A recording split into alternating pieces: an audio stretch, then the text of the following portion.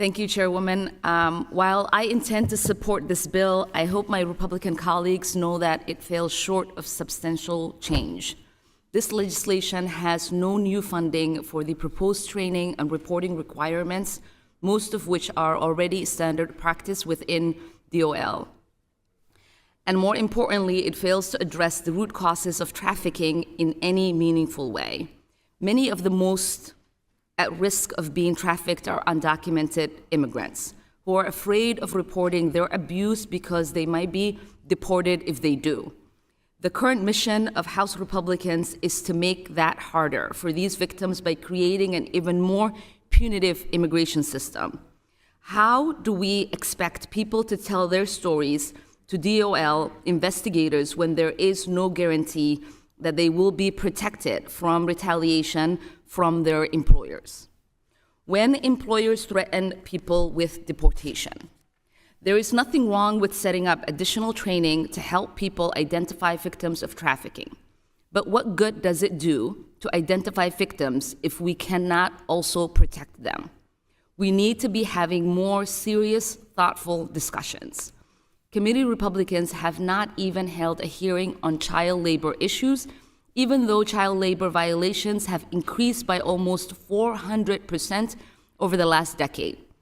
We should be marking up more impactful bills, from enhancing supply chain accountability to strongly penalizing illegal labor practices. We should be guaranteeing protection from deportation for victims of trafficking, allowing them the freedom of speaking to investigators or law enforcement without fear. Given what is before us today, I do think that there are ways to strengthen this bill to be more responsive to victims' rights. That is why I am offering an amendment to incorporate best practices for ensuring protections for the rights of victims within the required training. This would include collaboration with state and local officials and community organizations. For example, let's take my home state of Minnesota and its safe harbor laws. Mirrors in over 30 other states which protect exploited children from criminal prosecution.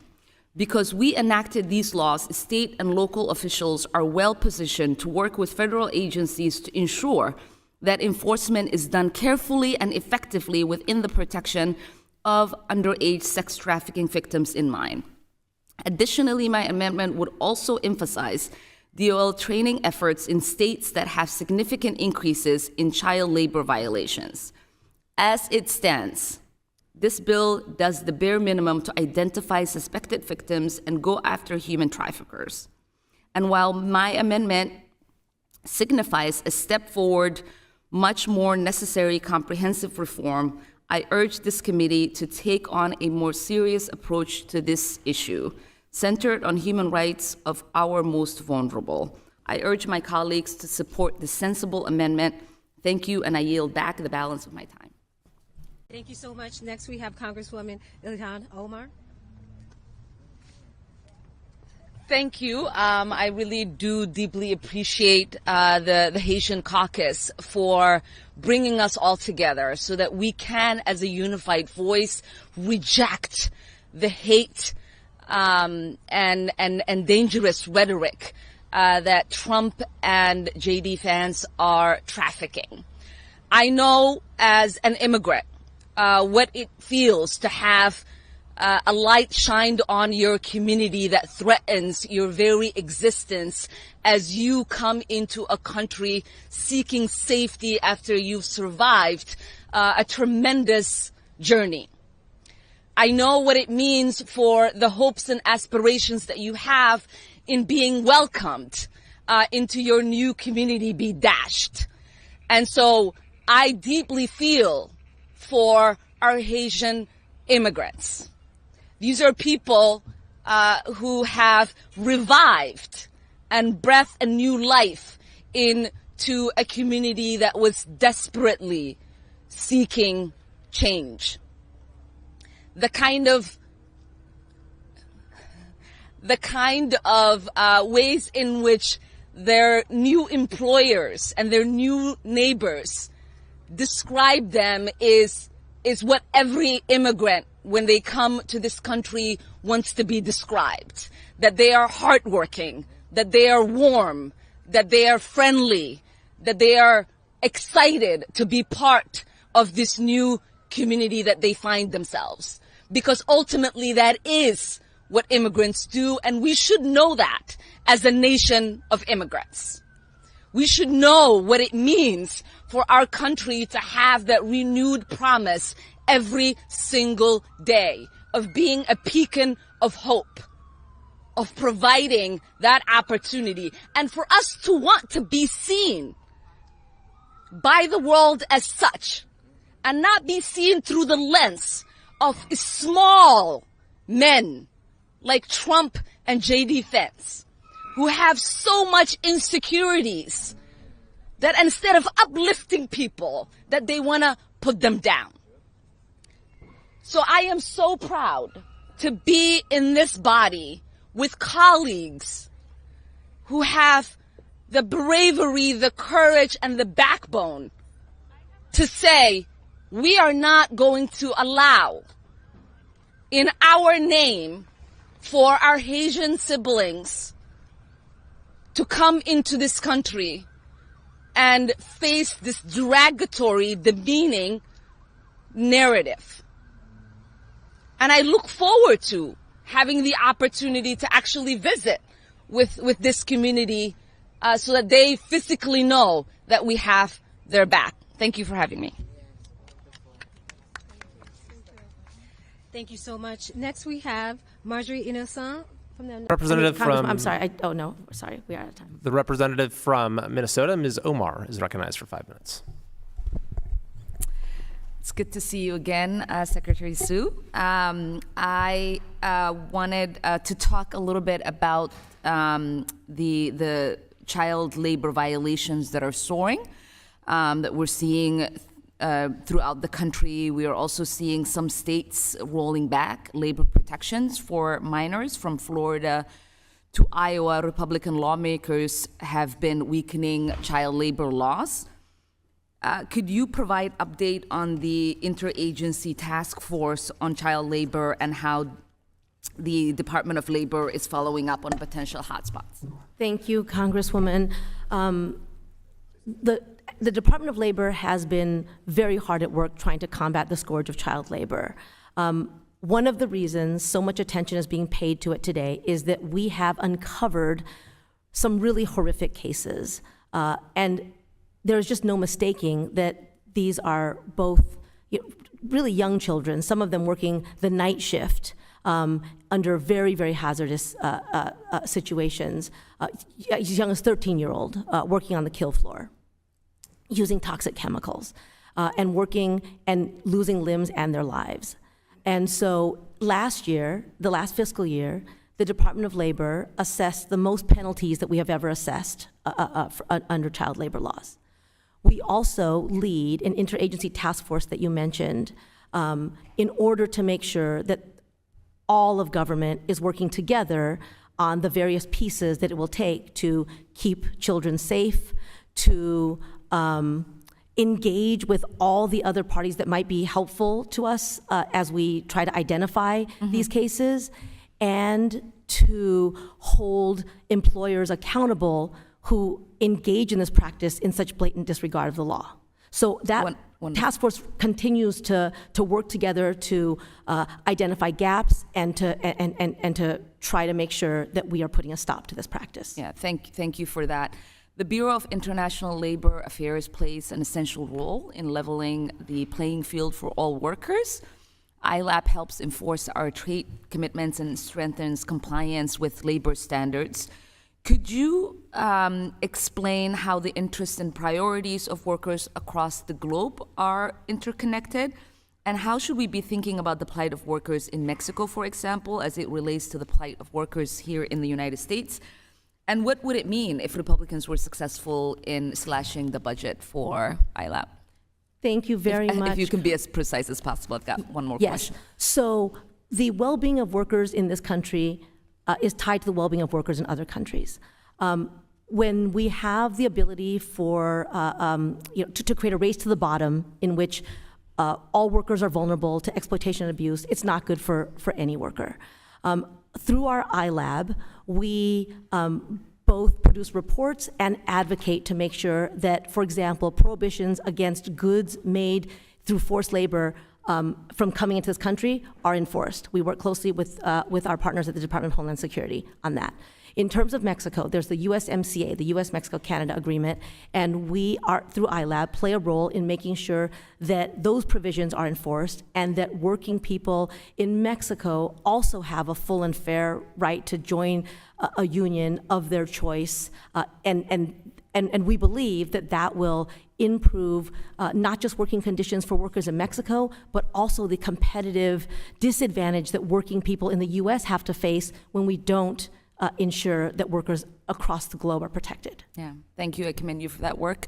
I'm also proud of the work that the Biden administration and congressional Democrats did in enacting in the American Rescue Plan to save many multi-employer pensions.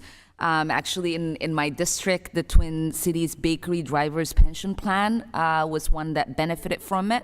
1,075 pensions were saved. What would happen to my constituents, to businesses, and to employees across the nation if we did not address the multi-employer pension plan? I mean, this is so important. This is about basic security in retirement. This is about working people who have saved and are relying on having their retirement savings so that they can stop working at the end of a career and know that they can continue to live with security. The multi-employer pension fund saving that this Congress passed and the president signed into law helps to make sure that those individuals in those funds actually get the retirement savings that they're entitled to. And as you've seen in your district, as I've heard going across the country, that has made a world of difference to a lot of working people. And at the same time, those employers who were part of that multi-employer pension fund also benefited because it allowed them to continue to operate. It's prevented them from going into bankruptcy, and so it was really a win-win, and I appreciate the work that was done to make that happen. Yeah. Proud to be part of implementing that. Thank you. I yield back. The representative from Pennsylvania, Mr. Smucker, is recognized. I recognize the gentlewoman from Minnesota for 5 minutes. Thank you for joining us again, Director. I know you didn't come prepared to give parental advice, but that was interesting to watch. This outlook looks better than expected, even compared to the pre-pandemic outlooks. Job growth is strong, unemployment is low, the economy continues to grow. It is clear that policies and investments centered on working families help support a resilient and dynamic economy. Supply-side reforms like housing development and expanded childcare can help strengthen our labor force, increase economic productivity, and grow our fiscal capacity. For example, the CPO outlook projects that net immigration flow will add $7 trillion to the economy over the next decade. Director Swiggle, can you explain how comprehensive immigration reform could keep improving our labor force and strengthen economic development? Yes. It's, as you said, immigration would add to our economy. Our labor force would be higher. That means our income would be higher, our output would be higher, and that in turn would generate additional tax revenue. And that's what we have under the immigration we project so far. A reform could further those changes. That's wonderful. Childcare is another good example of a policy that invests in our future and can have long-term positive impact for households and the greater economy. Our Education and Labor Committee passed important childcare provisions as part of the Build Back Better plan, lowering the costs for families and increasing the supply of stable, high-quality childcare should help improve labor force participation, especially for mothers, while still guaranteeing livable wages for childcare workers. Does your 2020 analysis of the Democratic proposed policies on childcare support these findings? Yes, at the time of the Build Back Better legislation, we looked at those proposals, and supporting childcare would increase the labor force participation of parents, especially mothers, which would mean more people in the workforce. And for those individuals, the ones who come back to work, would mean higher earnings for them in the future as well. Yeah, can you expand a little bit more in detail on the impact on long-term employment and earnings when high-quality childcare is affordable and widely accessible? I can, and in some sense, that's connecting the policy today to improved earnings trajectories. As someone who comes back into the workforce, gains experience, as they gain experience, gain skills, their earnings rise and their incomes rise into the future. That's wonderful. In last year's outlook, the CPO projected revenues to amount around 18% of GDP in 2023. But in this outlook, you're projecting revenues will amount to 17.5% of GDP in 2024, even though this time around it seems like there are even stronger economic conditions and assumptions. Could you explain this gap, and specifically what variables are you seeing that would lead to this slightly lower revenue levels? Okay, and in a sense, it's both the numerator and denominator are changing. So it's both the revenue is changing and the GDP, the denominator, is changing. So we see a larger economy, which means that a given number of dollars of revenue will be a smaller fraction. And that, so even though we do have more revenues coming in with the strong economy, as a share of the economy, the numbers, our projection is smaller this year. Interesting.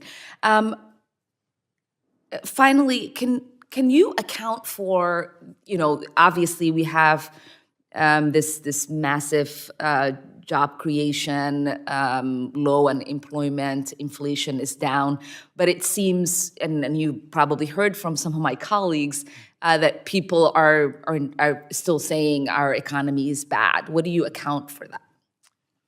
Now, it's a good question. I was going to say, I'm the economist and not the sociologist or psychologist.